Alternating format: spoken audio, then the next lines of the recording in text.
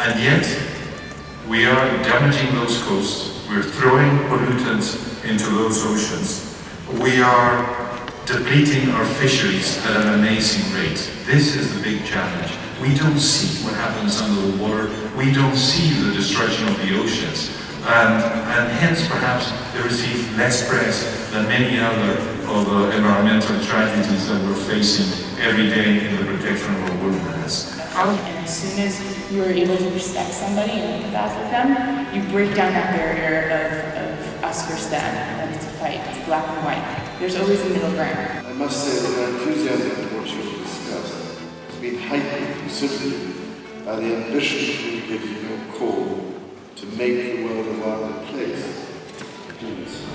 In the next decades, we have the opportunity to make the right choices here. I hope and pray that we do.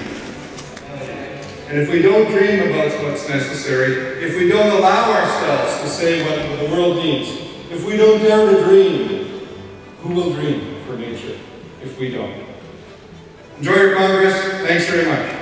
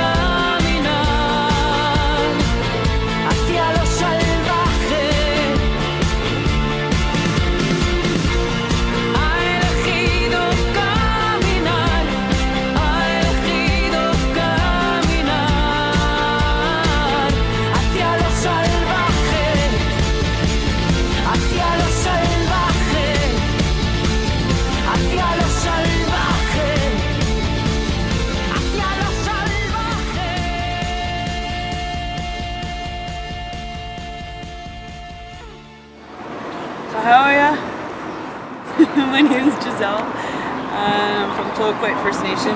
Wilderness to me means home. It's our home, and I feel it's important to protect it because it is our home, and without it we'll die. And we also need to protect our culture because it protects our home. So the two are interconnected. My name's Tina and this is Clooney.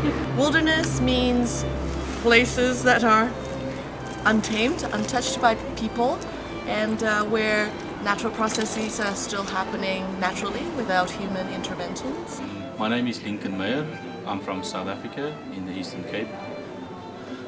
Wilderness means a lot to me, not because it's a job to me. I have a theory that wilderness is never a job, but it's a lifestyle. And it's a way that you choose to live in harmony with earth and in harmony with yourself. For me, wilderness is home, because as an African, we lived for hundreds of years very close with earth, and that means to me that if I go into the wild, I go back home. C'est un patrimoine culturel pour nous. C'est notre supermarché, c'est notre banque, c'est notre banque. C'est-à-dire nous priver vraiment de la terre, des forêts, c'est priver notre vie. Des liens de transmission de culture pour respect à des générations futures pour le respect de la forêt et des ressources naturelles. Fernando Santos, de la Universidad Autónoma de Madrid, en España. Para mí la naturaleza salvaje es como una especie de ideal, un imaginario colectivo que tenemos todos sobre algo que ya no tenemos en el contexto sobre todo de países occidentales como Europa o España, pero que nos gustaría llegar a ello. So Hishikish Tsawak is everything is one and everything is interconnected. And it's a world view of seeing things in terms of relationships, not in terms of disconnected phenomena. And I think that this is fairly universal in indigenous societies. The popular notion of wilderness is that it is a tract of land or region that is uninhabited and uncultivated by human beings. In short, wilderness is a place no people live or no interaction with human beings. Therefore, wilderness and indigenous peoples, in this case wilderness and the Igorots, is a contradictory expression. It is a cultural paradox to say that indigenous peoples and wilderness are independent from each other.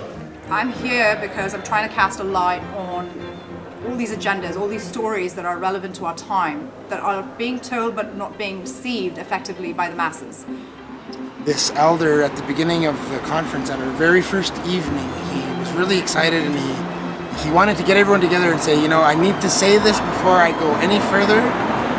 He said the word conservation in my community, we don't have a word for that in our language.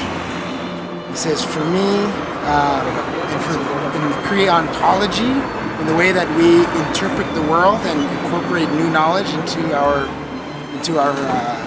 education, is that things are all in relationship with one another.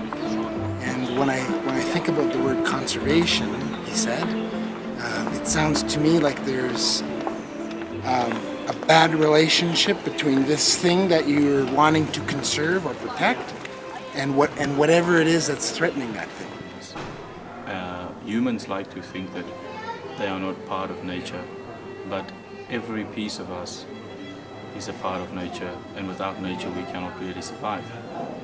Es algo que nos conecta de nuevo con aquello que fuimos, con aquello que nos gustaría recuperar y hacia ese ideal al que las políticas, la investigación, las acciones sociales se tienen que mover. From their worldview, the solution is to heal the relationship between those things. So, what is threatening the wilderness or what is threatening the nature is the human being, the human animal. What it means to me is we are part of wilderness. A lot of us have grown up in cities and perhaps don't know that. But once you go and experience wilderness, there is a link.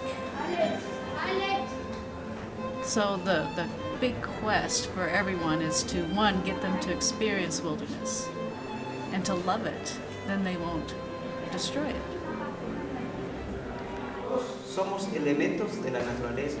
Algunos de nosotros somos montañas, algunos representan las aves, otros los animales. En nuestra concepción, la naturaleza también somos nosotros.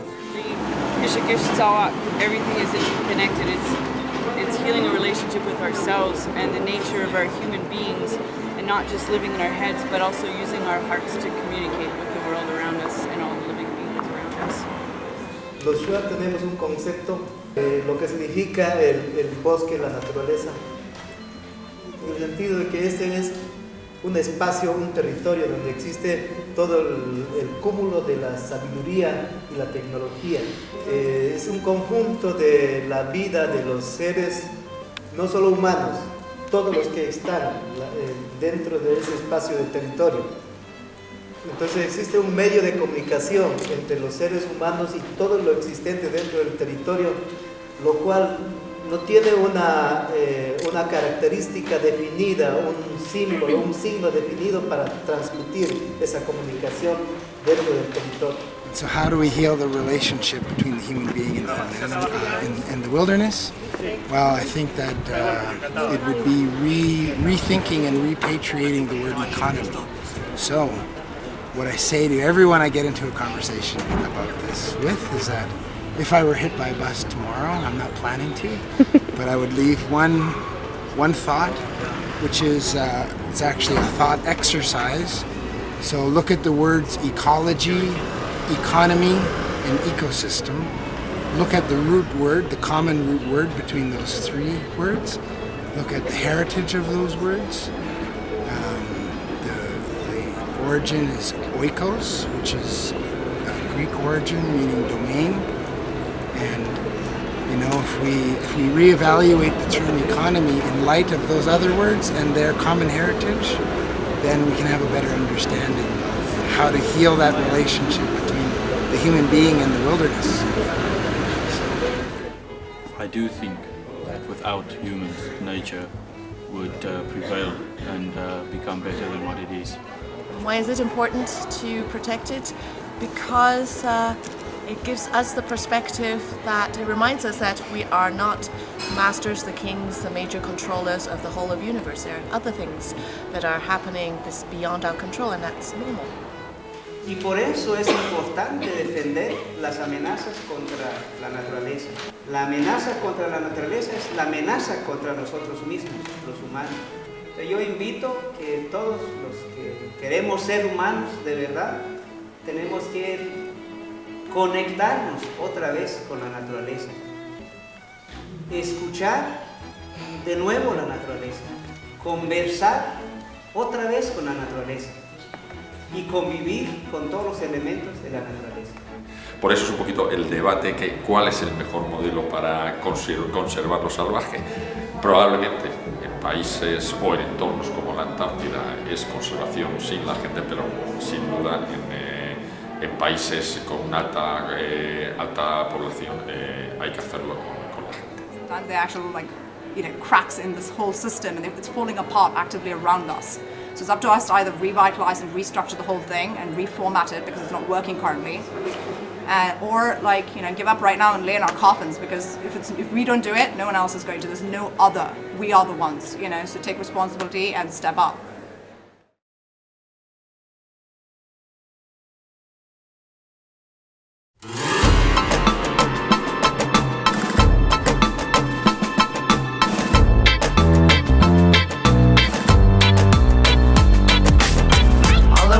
Space to go, from the jungle to glacier go, every lover of nature go wild, don't frown, no wild, no cows, no doubt, go wild, I wanna make you go, it's somewhat innate to go, so come unchained and go wild, no crowds, no loud smoke clouds, no doubt, go wild. In the shade of a pair of arbutus trees in beautiful BC. I hear the music, it's the breeze and the rustle of leaves. It's therapeutic.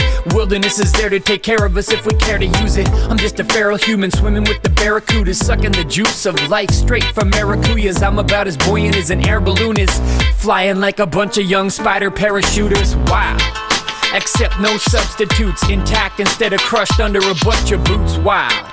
On the banks of an estuary, sunset comes and I call it a sanctuary. Wild. Facing nature's indifference, a part of the food chain, embracing significance. Wild. Just like a predator finds prey, I'm just a primate seeking a wild space. All I want is a place to go. Wild. From jungle to glacier, go wild. For the love of the nature, go wild. Don't foul, no wild, no cows, no doubt, go wild. I wanna make you go wild. It's somewhat innate to go wild. So come unchained and go wild. No crowds, no loud smoke clouds, no doubt, go wild. Don't speak, you need to listen to the whispers in the trees with their secret message. It's the original seed of religion. But I don't need religion, cause I'm walking with the Jesus lizard in a stream in the depths of the Amazon, or hopping with the wallabies in the outbacks of Oz, loving the planet I'm on, so I gotta protect it. I see the hippopotamus's aquatic perspective and listen to the dolphin's message. Plus I know they're close cousins from biology lessons and part of my family tree too. Deep roots, eat fruit from the trees like the chimpanzees do, and keep cool when silverback gorillas be ice grilling me. I'm orangutan tranquility, wilderness lives in me like a wildebeest, and still it's only in the wild that I feel at ease. So I find a space to go wild. From jungle to glacier, go wild. Every lover of nature, go wild. Don't foul, no wild, no cows, no doubt, go wild. I wanna make you go wild. It's somewhat innate to go wild. So come unchained and go wild. No crowds, no loud smoke clouds, no doubt, go wild. That's my exodus path, back to nature, where my ancestors camped. No one's trying to say that development is bad. If it's sustainably and intelligently planned, we can live on this planet and keep the rest of it intact, and leave space for the rhino and the elephant to have, and space for the wolf cubs to wrestle in packs. How much space? The best estimate is half. 50% of our landmass. Anything less, we'd best protect it and hand back. And if you wanna ask, yeah, why should we care and bother? I mean, besides the fact that it provides clean air and water and medicine and places to get exercise, and tells us that we're just another thread in the web of life, well, I'll just point to the intangible, step into the wild and feel the magnetic pull. You better find a space to go wild. From jungle to glacier, go wild. Every lover of nature, go